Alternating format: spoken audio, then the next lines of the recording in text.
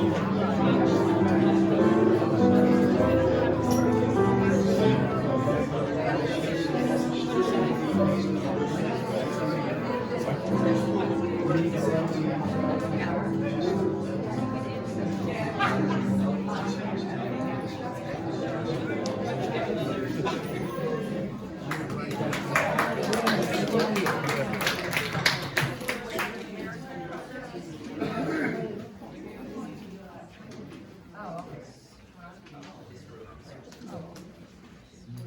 morning. And welcome to the Unitarian Universalist congregation of the Swananoa Valley. My name is Evan Yannick, and I'm a member of the Board of Trustees. Unitarian Universalism is a welcoming religious tradition informed by many sources. Each person is free to seek their own truth, though we do have a set of 8 principles that guide us. UU is about accepting all the imperfect folk who find their way to her doors. It's about finding a community of folks who don't try to change you, but seek instead to help you be the best version of yourself, however that looks. We like to say that we don't have to think alike to love alike. I encourage you, if you're new to us, to read our mission statement on the front of our order of service, and you'll find the 8 principles printed in the inside of the order of service. On the back. Inside. We make it a tradition to welcome visitors and guests who have found their way here. Easter Sunday sometimes is a good time for visitors to come. So if you're willing and able, please stand up and introduce yourself. Tell us where you're from. Any visitors on this side? We're visitors. We're from Lake Lure, Randy and Nancy Nelson. Great. Hello. Anyone else over here? How about on this side? I'm William, this is my wife Hanley, and we're visiting from New York. Great. Welcome. This is my wife Mary Noble, Lily and Foster. We live here in Black Mountain. I've been coming a bit, Foster's been coming a bit. They came on Christmas and we got them here for Easter, so we're doing it. Christmas and Easter, it's a good time to come to church. Any other guests? No? Well, welcome to everybody. If you're interested in learning more about us, you can find a white card in the back of the pew or in the foyer that you can fill out, drop it in the collection plate, or leave it on the desk in the foyer. We can get our newsletter to you to stay in touch about what's going on in our church. I'd like to read our land acknowledgement statement. UUCSB acknowledges with respect that the land we are on today is the ancestral home of the Cherokee and of other indigenous people. The Cherokee, through stewardship, understanding, and conservation, survived and thrived in this land. We acknowledge their enduring connection to their homeland. And then lastly, I've got 3 short announcements. On Monday, the 25th at 4:30, the Safety Committee is hosting an armed intruder training, at which time a member of the Black Mountain Police will be here to give us some instruction on what we would do in an unfortunate situation like that. So thanks to the Safety Committee for hosting that. Second, the Stewardship Committee is hosting a budget meeting, so any committee members or committee leads, please reach out to me if you'd like the link to that Zoom. We want as many folks in the church to be in that budget planning process for our fiscal year upcoming in July. And lastly, with that, our canvas is kind of wrapping up, and our annual fundraiser is about 90% there. We would like to get us to that 100% goal, but I appreciate everyone who's already made their pledge, so thank you for that. Lastly, please silence cell phones or noisemakers, whatever you got. And let our service begin.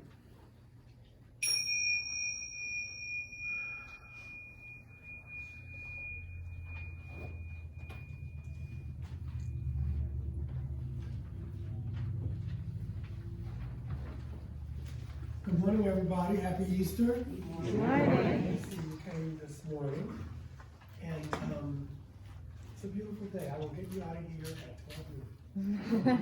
Maybe. So, opening words today. You've heard me use his words. He's just so eloquent. Brother John O'Donoghue. This is called Morning Offering. It's long, but the words are perfect. I tweaked it a bit just for opening words. He writes, may my mind come alive today to the invisible geography that invites me to new frontiers. Let me start over. Turn your microphone on there, Chief. Thank you, bro. I've been called worse. Well, let's begin again. May my mind come alive today to the invisible geography that invites me to new frontiers, to break the dead shell of yesterdays, to risk being disturbed and changed. May I have the courage today to live the life that I love, to postpone my dream no longer, but to do at last what I came here for. I couldn't find Great Boulevard. And there it is. To fear a robot. And to waste my heart on fear no more. Isn't it beautiful? So, let us rise as you are willing and able on a joyous Easter morning. And our opening hymn this morning is number 217.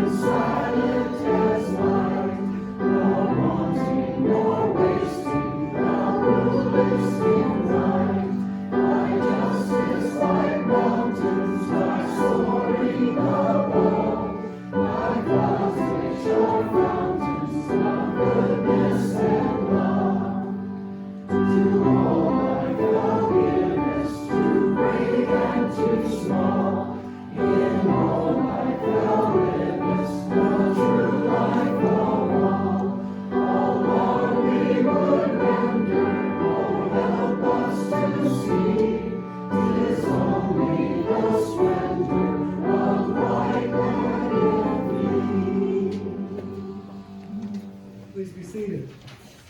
I was looking for some bad jokes this morning, but one of them was, and this is no reflection on our choir, because our choir does very well, but they were saying, why do most of you churches not have the greatest choirs?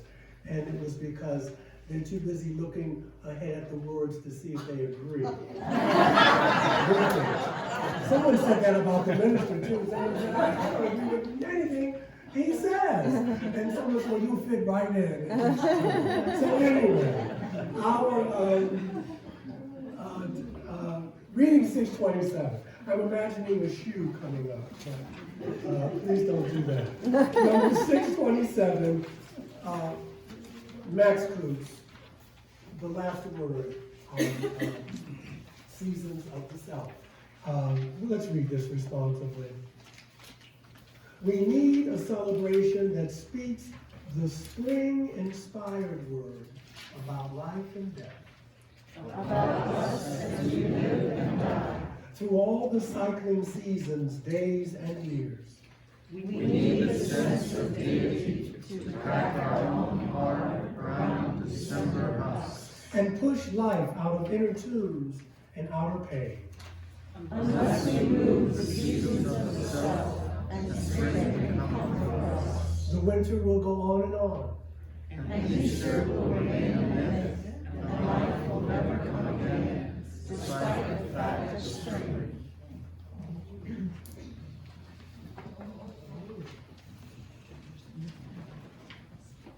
Hi, everybody. I'm Linda Metzner, the choir director, and Marian Vale has played for us many times as a violist, but she really needs your prayers. She is very sick at home while her husband's in the hospital with an infection from a bad accident. So she really needs help, and we're on the program for 4 songs, so I'm going to go ahead with all the songs. And I'm going to play Let's Go Fly a Kite, and you're welcome to sing along on the chorus.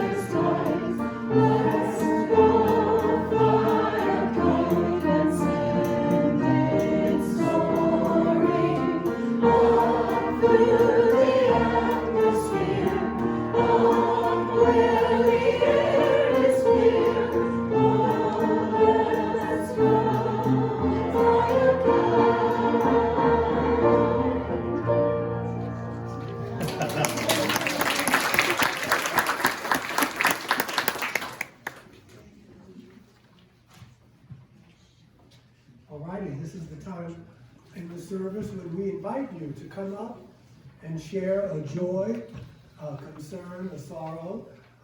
Diane will light the sacred fire as usual, and the mic is on. And the floor is yours.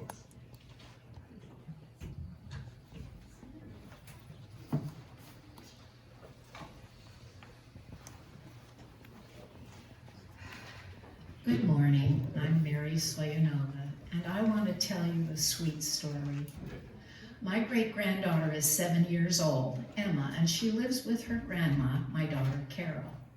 Carol wanted her to know a little bit more about Easter than just the Easter Bunny, and so she told her, when Jesus was born, there was a very bad king who wanted to kill Jesus, and he did. But Jesus came back to teach the world about love, and God is Jesus' father. Oh no, Emma said. Joseph is Jesus' father. God is his uncle.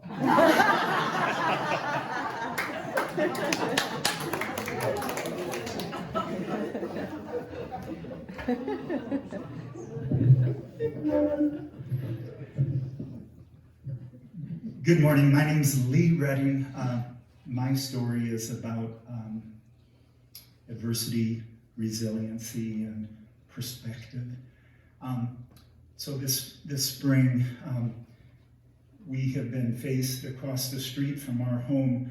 We have a lovely 1 acre wood. Some of you are familiar with it on South Park Lane and North Park Lane. And the developer got a permit and took down 50 trees and is putting a beautiful creek into a 100-foot pipe and going to build a duplex on it.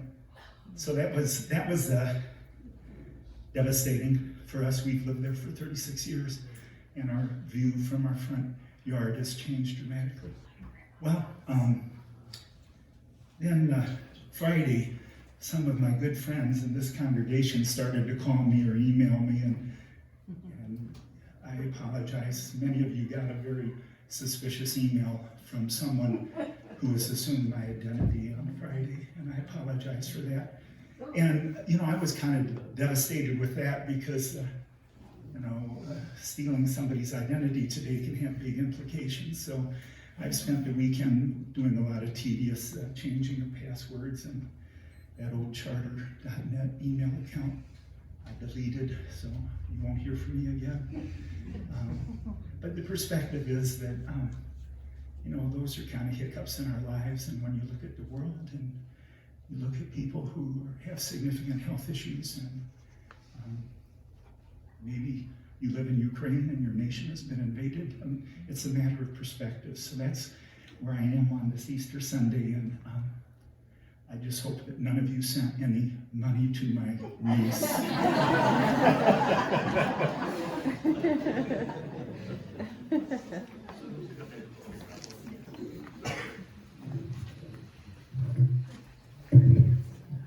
Hi, I'm Jackie Franklin, and I wanted to sadly say farewell to my best canine friend, Bailey. She's a black lab that I've been sitting for and taking care of for over 8 years, and she passed away this week. So I will miss her, but I would wish you would hold in your thoughts and prayers her human Janet, who is totally heartbroken.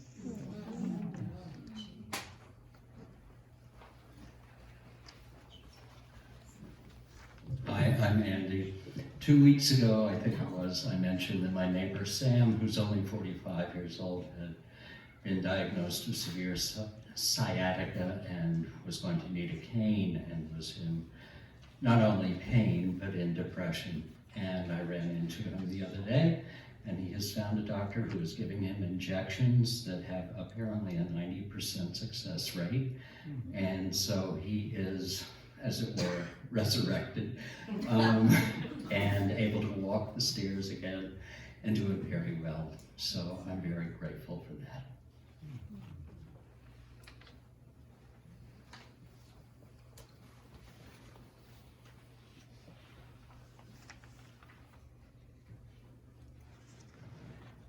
It's hard to tell. Sometimes it's a lot of folks, and sometimes it's not. But it is the way it should be. So, for those of you who, for whatever reason, decided not to come up, we keep you in our hearts and in our minds and in our thoughts. And Diane, thank you. Please center yourself as you see fit and join in the spirit of prayer and meditation. And as usual, afterwards we'll have the quiet time. This is called "A Tomb is No Place to Stay." A tomb is no place to stay, be it in a cave in the Judean hills or the dark caverns of the spirit. A tomb is no place to stay when fresh grass rolls away the stone of a winter cold and valiant flowers burst their way to warmth and light. A tomb is no place to stay when each morning announces our reprieve and we know we are granted yet another day of life. A tomb is no place to stay when life laughs a welcome to hearts that have been away, frankly, for too long.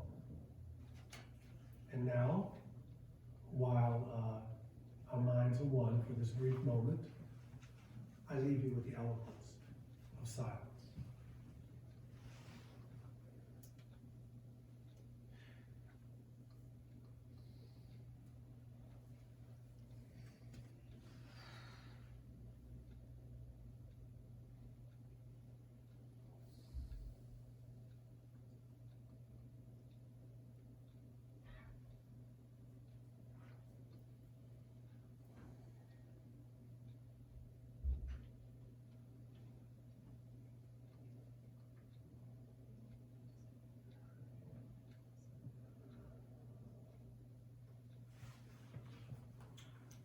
And so it is.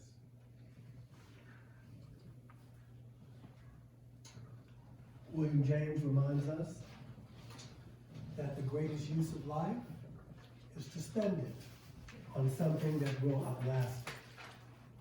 So in that spirit, we'll now collect this morning's offering.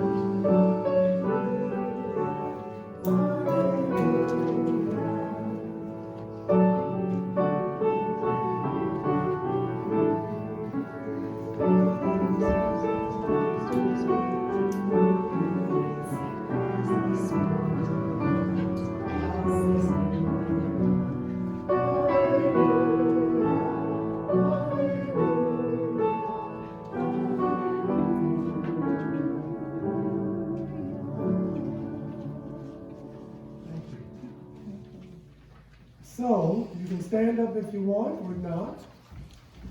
Our next hymnal is I guess the UU national anthem, Spirit of Life. So, you do you. If you wanna sit, sit, if not, stay.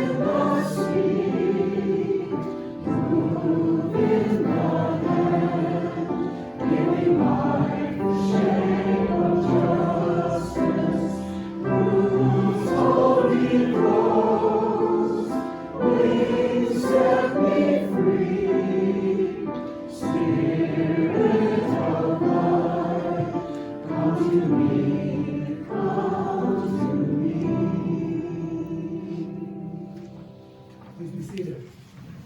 We'll give you 3 bad notes and then we will jump in. You do prayers. Yes, we do pray. Dear God, if there is a God, please save my soul, if I have a soul. Okay, all right, I didn't like that, but okay, I didn't like these. No, I don't like it now. I used to not like it. Here's one though. A Unitarian Universalist dies, and on the way to the afterlife, she encounters a fork in the road. The left sign says heaven, and the right sign says discussion about heaven. Okay, boom, boom. We'll get you out of here by 12. Long ago, in a galaxy far, far away. Actually, it's in this galaxy. There was a planet called Earth. And Earth is located, just for your information, because I know you wanted to know, in the Virgo supercluster of galaxies. Just going to give you a little lay of the neighborhood that we're in. And a supercluster is a group of galaxies that are held together by gravity. And so within this supercluster, our planet is in a similar group, well, actually a smaller group of galaxies called the local group. And Earth is in the second largest galaxy of the local group. We are in a galaxy called the Milky Way. I'm just going to give you a cosmic perspective here.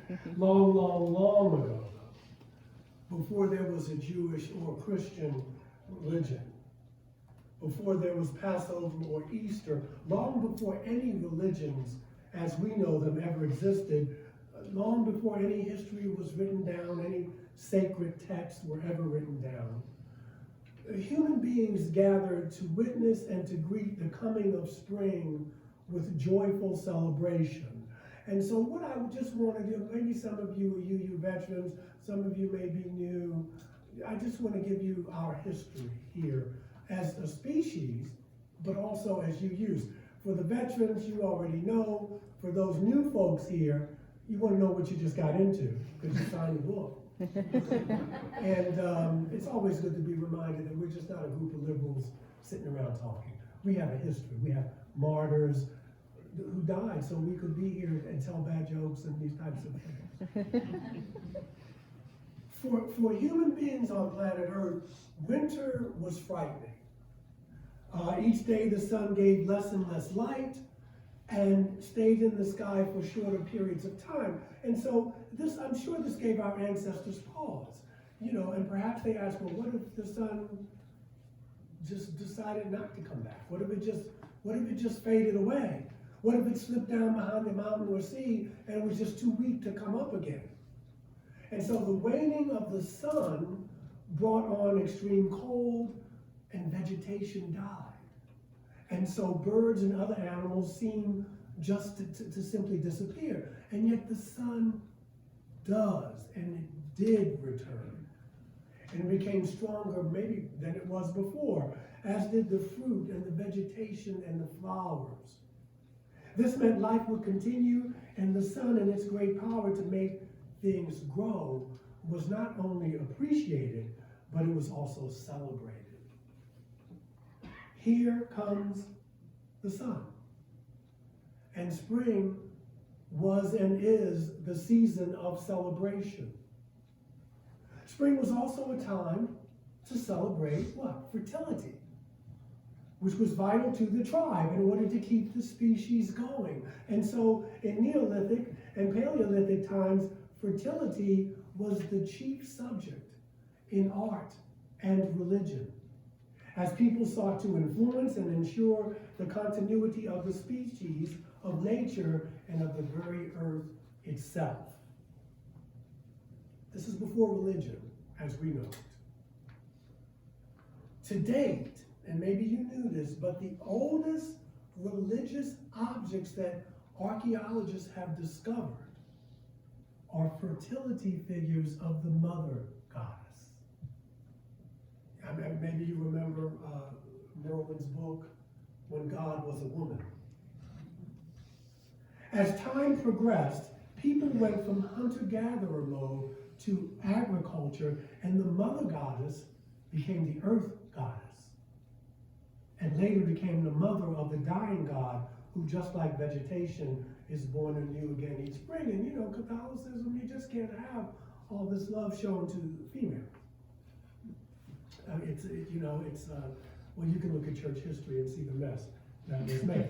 The God who died and rose again, symbolizing the agricultural cycle, became a widespread religious concept. And so the death and resurrection theme is not exclusive to one religion or culture. We just talk about it differently. Even the egg and the bunny rabbit, symbols that today are associated with the Christian festival of Easter, are much older than Christianity, and were well known in ancient times as symbols of fertility.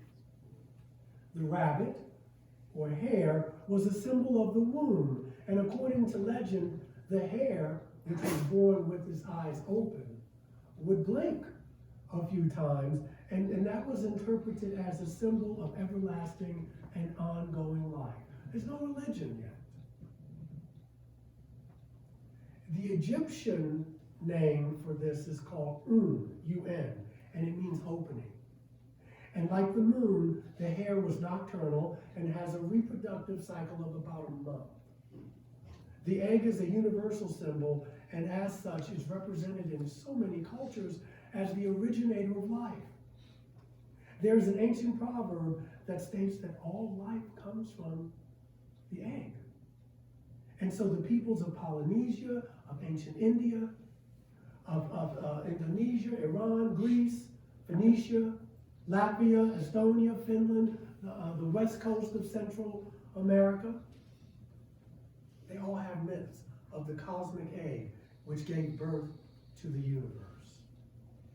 So I've set the table for you. Okay? So we see in spring the coming of the sun, the renewal of the fertility cycles has been honored and celebrated throughout history. Now, because of these deep symbols that affect the human psyche, Judaism and Christianity and Islam, to some degree, the three monotheistic religions, they incorporated this. They weren't foolish. And they were losing people. People were like, come on, man. So even with our science and weather with Al Roker and the Weather Channel, even when the forecasts are sometimes wrong, we in the 21st century react to the coming of spring the same way our ancestors did. With all this technology and what have you, we still react because for them, spring is a symbol of rebirth and of renewal. And so now Judaism, Christianity, Islam, now we get into it. They have their, but not to denigrate. They have their particulars regarding the theologies. For the Jewish faith, Passover, which we're in, is the liberation from the oppression of the Egyptians and the beginning of their covenant with God, with their God, Yahweh. For Christians, Easter tells the story of resurrection with this wide range of interpretations, from the literal to metaphor, right?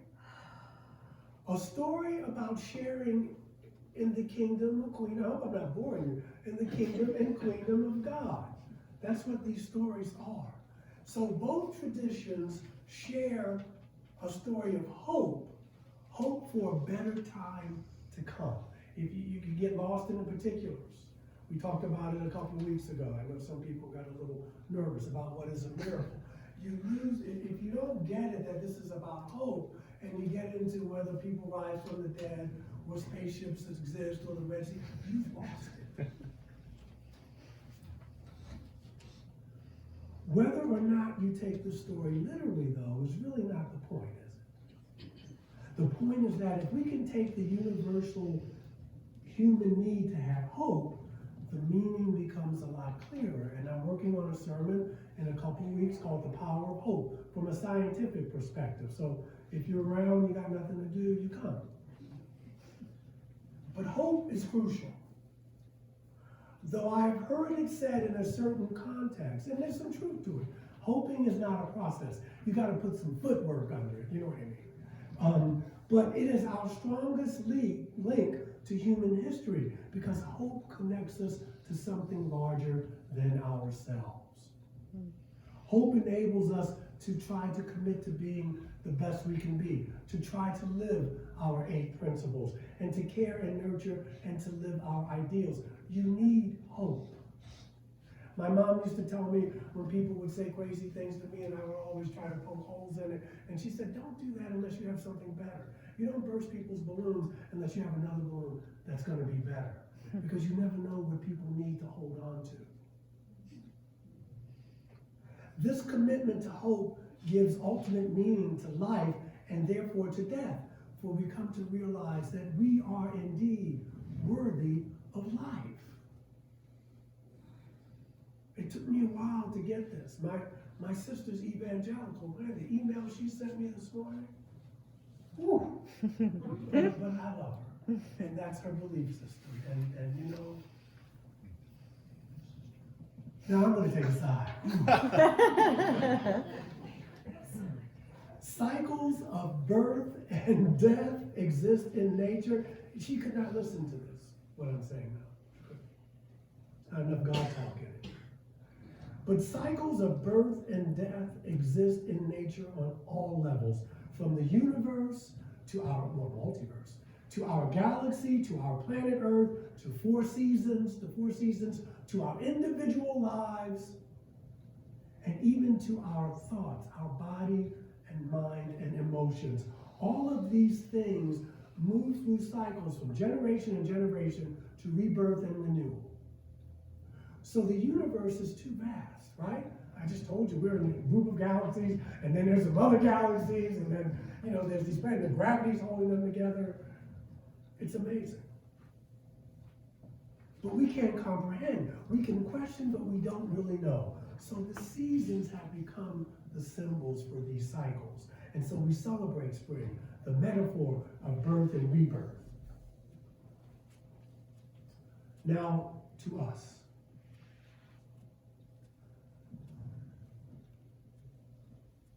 The most critical part of Easter for Unitarian Universalists, not all, for most, is the power within the heart of each individual to bring life out of death.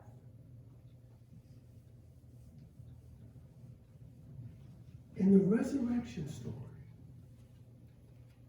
there is humiliation and there's death. But in the end, new life is what? Created. Whether you believe that people get off of Roman crosses after 3 days, that's not it. We don't care. We don't care. You lose it if you get too left brain about this. And maybe they do. I don't know. For you, it can mean the confronting of deep wounds and scars we have suffered, and then allowing ourselves to be transformed, to be reborn. We roll away the stone from our hearts, and we let the energy of a new life, a resurrected life, touch us. See, you can't get there from here. The central message for most religious liberals for Easter time is the human potential to overcome serious or personal loss or failure and to live a more abundant life, a more authentic life. Martin Luther King, who was not a UU, did not believe in the physical resurrection of Jesus. His mentor, Howard Thurman, didn't either. I'm not saying you shouldn't. I'm just saying there's more ways to look at the story and to still give you life.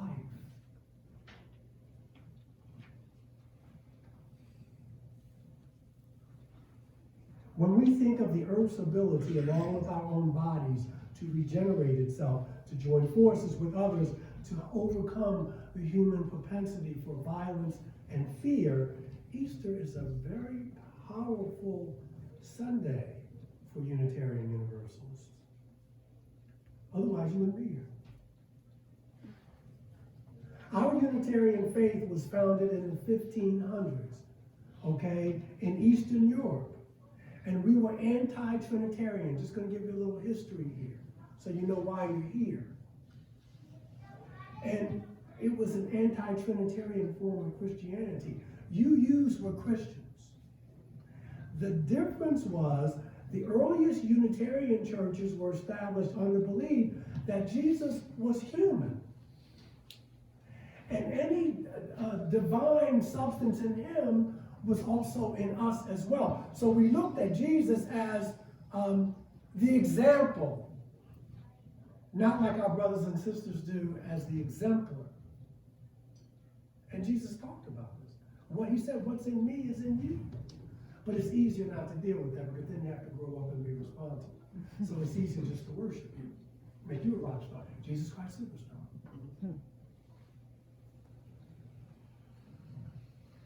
These early Unitarians believed that to be Christian was to follow the teachings of Jesus, not to worship and adore him. That's what separates us from our brothers and sisters across the street. Not bad people. We just look at life differently.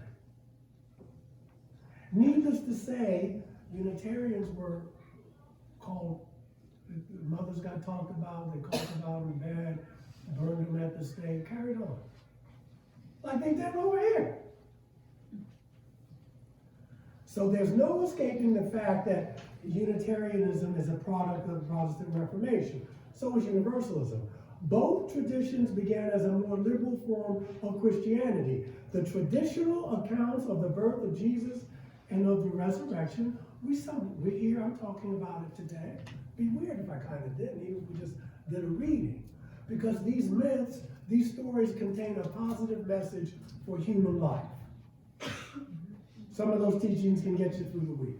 Not the only teachings, but some of them can.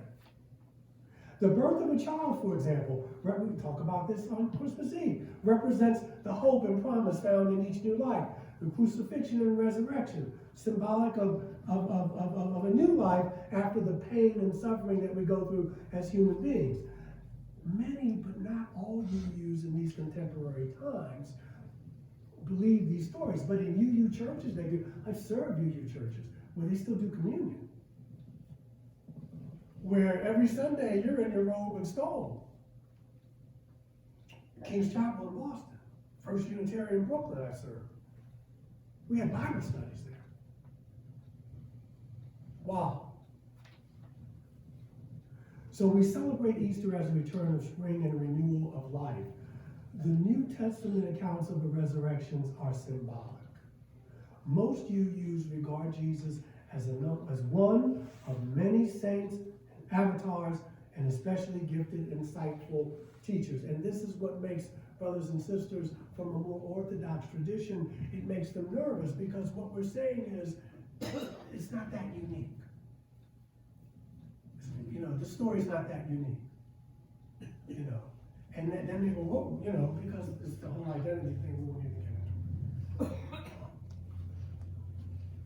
These leaders have emerged over the course of history to teach us how to live at peace with ourselves and others. And so those teachings have to be respected. His death reflects a tragic and painful end of life. And because as Unitarian Universalists, we don't believe in original sin, if you were there when your kids were born and he or she is coming out of your mother's womb, that's sin? But no more of that. Michael. But the belief that Jesus atones for the sins of the world by his death has little relevance for us. I hope I'm not scaring you, because if you sign the book, the members of this heretical club, they hide in the catacombs, like we did in Rome. So even when Unitarianism and Universalism were clearly Christian faiths, we still rejected the doctrine of atonement. And so now for Universalism. You kind of clear on Unitarianism? Also believe in one God, unity one. Unitarians said God is one.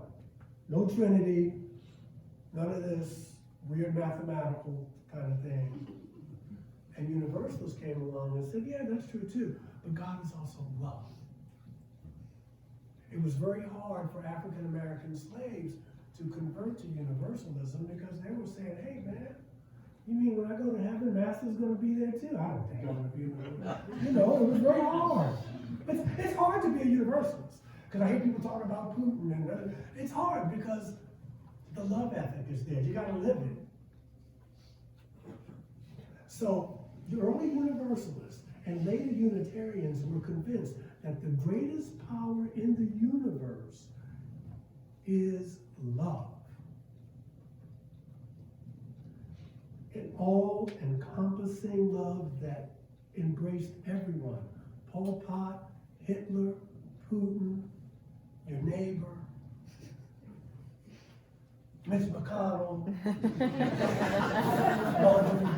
everybody. Why y'all laugh? But that's what it is. And so they believed that this love was the source of all the happiness and harmony that this world needed to embrace. You didn't need anything else. And to this end, the legitimate use of punishment was not about destruction, but instruction. To teach and to reconcile happiness and harmony, the harmony that we need to embrace. And so, there was no everlasting hell. That's between your ears. There's no hell. Love does not barbecue you for eternity because you don't believe in what other people believe. That's not love. And if there's no chance for regeneration or renewal, what kind of God are we talking about if you believe in a God? Universalists, of which I identify more with, I'm more Universalist than Unitarian for reasons that are mine. We preach the gospel which proclaims that nothing in this world or the next world could separate us from this love. Nothing. And that love would remedy all sin. But then again, we didn't believe in sin. And so if no action can separate us from this love, then no human being even has a right to try to. If God's punishment is only to teach and reform, then if it's going to be legit, then human punishment has to be about teaching and reform as well. If God rejects vengeance, then human beings must reject vengeance as well. If God rejects abandonment of any human being, then we have to reject that abandonment. So in short, the Universalists argue that unconditional love was not only a description of the relationship between God and creation, it was a prescription for all sentient life. All relations on this planet of ours, which we are so fortunate to have, which we don't know what to do with. Whether these beings are two-legged or four-legged, whether they have wings, Whether they crawl, whether they exist on other planets, on other dimensions of existence. There's that love that binds us. And in this way, we seek and gain the enlargement of our hearts to make room for serenity and peace. And we let go of ideas that we no longer need. Dead ideas, anti-life ideas, and attitudes about life, about what it means to be a sentient being on planet Earth. Not just human, sentient.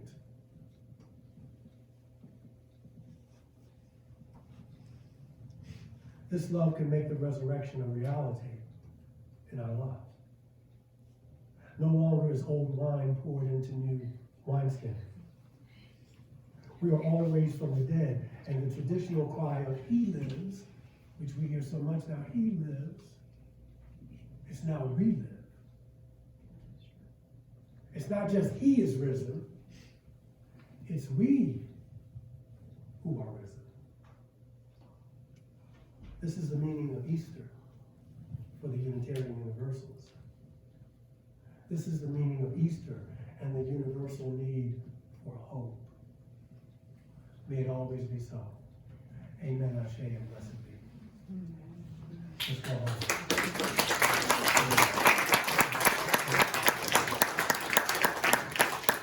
All right. This is a wonderful closing hymn, and we'll leave you. My life goes on. Number 108, please stand as you are willing and able.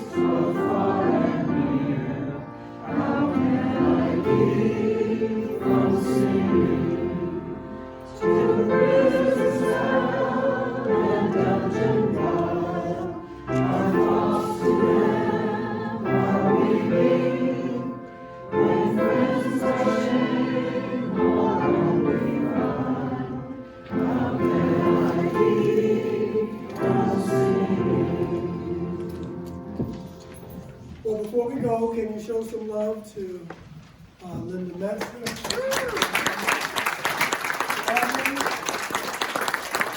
Evelyn, and Heidi, and Bill Eichler.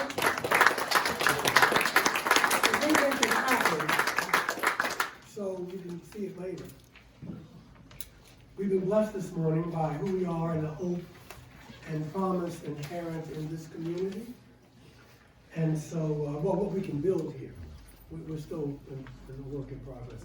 And so, we remember that hope and promise, and just remember that you are a unique part of this, that you're all needed.